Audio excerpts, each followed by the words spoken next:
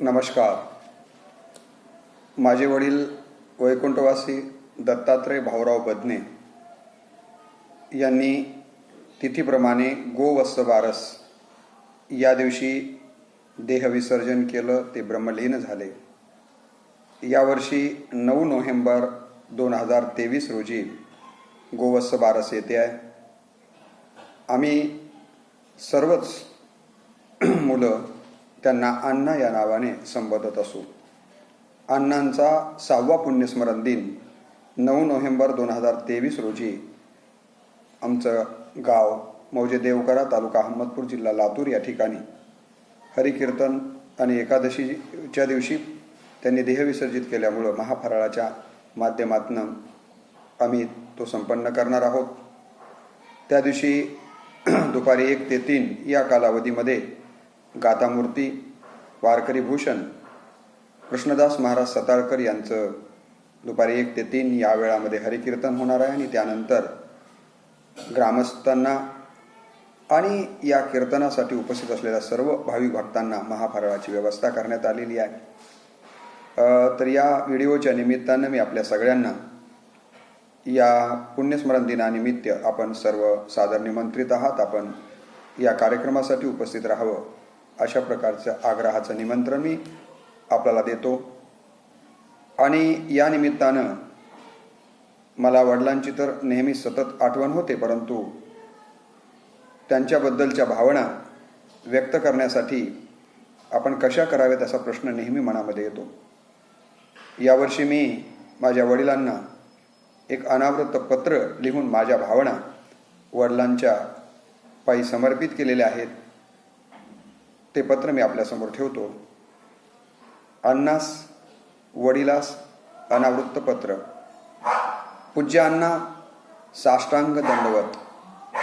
पत्रास कारण की अण्णा तुम्हाला आमच्यातून जाऊन बघता बघता 6 वर्ष उलटून गेली, पण असा एकही क्षण नाही की तुमची आठवण येत नाही.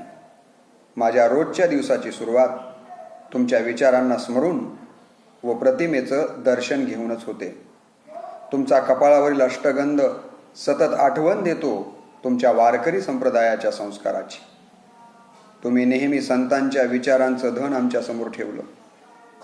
तुम्ही म्हणालात, कोण्याही जीवाचा न घडो मत्सर, वर्म सर्वेश्वर पूजनाचे असे वागा. तुम्ही म्हणालात, तीर्थे धोंडा पाणी, देव रोकडा सज्जनी.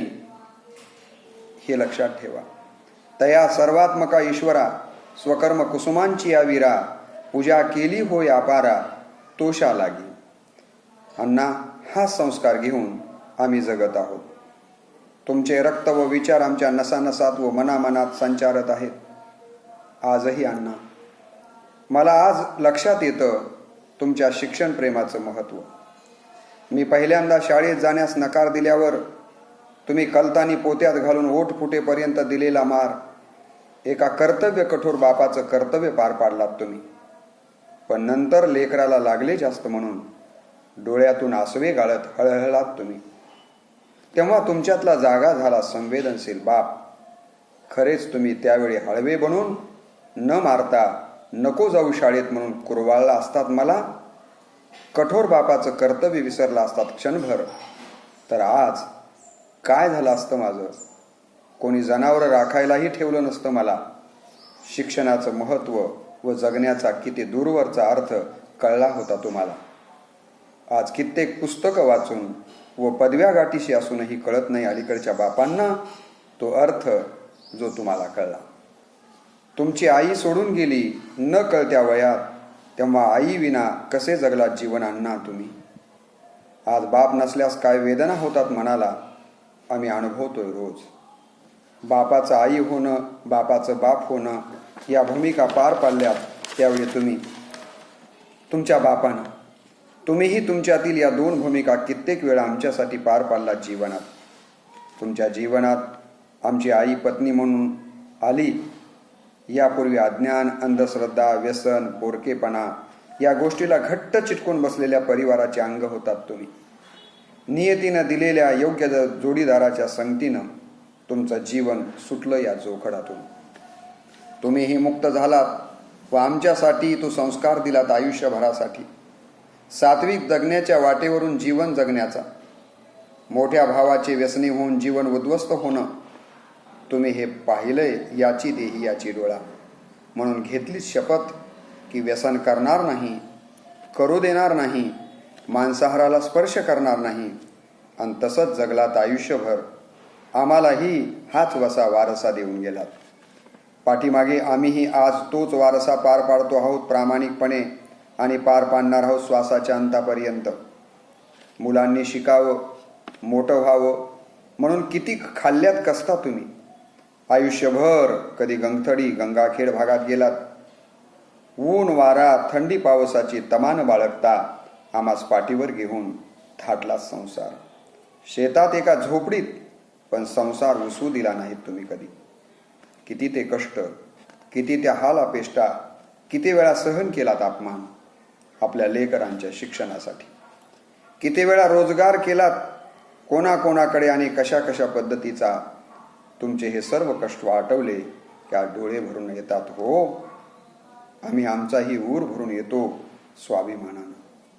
आमचे अण्णा कष्ट सहन करत राहिले, वेदना सहन केल्या, कस्ता खाल्ल्या, पण कधीच जीवनात खोटेपणा, नाटकीपणा त्यांनी आयुष्यात आणला नाही. तुम्हा पतीपत्नीचे कधी रस्ता भरवणारे भांडण आम्हाला पाहायला मिळाले नाही. हा समजूत तर पुन्हा कुठून आला होता तुम्हा दोघांकडेही, ज्याचा आदर्श आजही सर्व गाव सांगत असतो आम्हाला. हे सारं जमेल का हो अण्णा आजच्या पिढीला, असं तुमच्यासारखं निर्मळ जगणं? आम्ही मात्र जगतो आहोत तुमच्या संस्कारामुळं. आम्ही हेच सारं शिकावं, शिकून साहेब व्हावं असा कधीच धरला नाहीत तुम्ही अट्टहास. पण आम्हाला होती तुमच्या कष्टाची जाणीव आणि म्हणून आलो इथपर्यंत. यामागे केवळ आणि केवळ होती आपल्या संस्काराची शिदोरी. आज तुमच्या नसण्यानं कडब्याच्या पेंडीचा बांधलेला आळा सुटल्यावर चिपाड व्हावीत मोकळी, तसे तर आमचे होत नाही ना, असा उगाच विचार येऊन जातो मनात आमच्या. अण्णा, आम्ही चुकत असू तर सल्ला देत जा आम्हाला. स्वप्नात येऊन संत तुकारामांना बाबाजी चैतन्याने दिलेल्या स्वप्नदृष्टांताप्रमाणे आम्ही चुका सुधारून घेऊ आणि तुमच्या विचारांच्या वाटेवरून चालू कायम. अण्णा, तुमचे जाणे नुसते शरीराचे आहे, विचाराने व कृतीने तर तुम्ही आमच्यातच आहात. त्याचं विस्मरण आम्ही कधीही होऊ देणार नाही. पण जाण्याची थोडी गडबड केली अण्णा. जेव्हा कष्टाचे दिवस होते तेव्हा हिमतीनं जगलात तुम्ही आणि सुखाच्या काळात सोडून गेलात आम्हाला तुम्ही. मरणही स्वीकारलं एखाद्या संतापरी. सर्व गावकरी तुम्हा साधू म्हणत होते, ते साधुत्व सिद्ध केलात मरणादारी संतापरी. दिवस एकादशी, कीर्तनाचं श्रवण, तदनंतर आंघोळ, तुळशी पूजन व नंतर पांडुरंग स्मरण करून संत जनाईच्या नगरीत ठेवला देह. का कुणास ठाऊ तुमच्यात आम्हाला दिसते संतत्व. तुमचे विचार आम्ही सोडणार नाहीत, अनितीच्या नादी लागणार नाहीत. वारकरी संप्रदायाची पताका त्रिलोकी नाचवीत राहू हे वचन आहे आमचे तुम्हाला. तुमचे वारकरी संस्कार आम्हाला कीर्तन प्रवचनाकडे घेऊन आले आहेत. माझं कीर्तन प्रवचन ऐकून तुम्हाला किती गगनात मावेन असा आनंद व्हायचा. आमचं कोड कौतुक गावभर सांगत फिरायचात तुम्ही. आता कोणी कौतुक करीत नाही वान्ना. याल का कौतुक करायला आपल्या लाडक्या लेकाच. गावात येणार आहे म्हटल्यास वडाच्या वट्यावर वाट पाहणारे आता दिसत नाहीत तुम्ही. वाटते पुन्हा दिसावे तिथे. लेकीसाठी तुमचा जीव तिळतिळ तुटायचा, कधी कधी डोळ्यांच्या कडा भिजायच्या आसवांनी तुमच्या. होय अण्णा, बापाला लेकीचं प्रेम असतं हे आज कळतंच आम्हाला, 2 लेकीचा बाप झाल्यामुळं. तिला आधार द्यायला तरी यायल का परत. रामायण श्रवण, काकडा, भजन, जागर, कीर्तनातील चाल या सगळ्या जागा रिकाम्या झाल्या तुमच्या नसण्यानं. त्या काढाल का भरून पुन्हा एकदा. होय, मला माहिती आहे पुन्हा येणं नाही, पण पुढच्या जन्मी आमचा बाप होण्याची आमची इच्छा तरी पूर्ण कराल का तुम्ही. कारण तुमच्यासारखा संस्कारी कर्तव्यपरायण बाप लाभायला हजारो जन्माचं सुकृत असावं लागतं गाठी. ते सुकृत आम्ही गाठी बाळगूत पुन्हा तुमचा पुत्र होण्यासाठी. तोपर्यंत असाल तिथून लक्ष असू द्या आमच्याकडं. चुकल्यास सांगत जा. आपलं लेकरू म्हणून नको ते गुन्हे माफ करू नका, नाहीतर आम्ही बिघडू आणि तुमची आयुष्यभराची तपश्चर्या जाईल मातीमोल होऊन तेव्हा पुन्हा एकदा भेटूया पुढील जन्मी.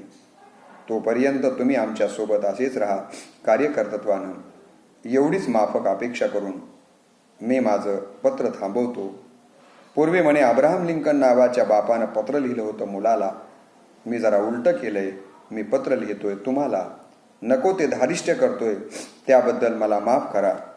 आयुष्यभर अनेकांना माफच करत आलात तुम्ही, त्यात मी एक अपराधी तुमचाच लाडका सुपुत्र रामकृष्ण.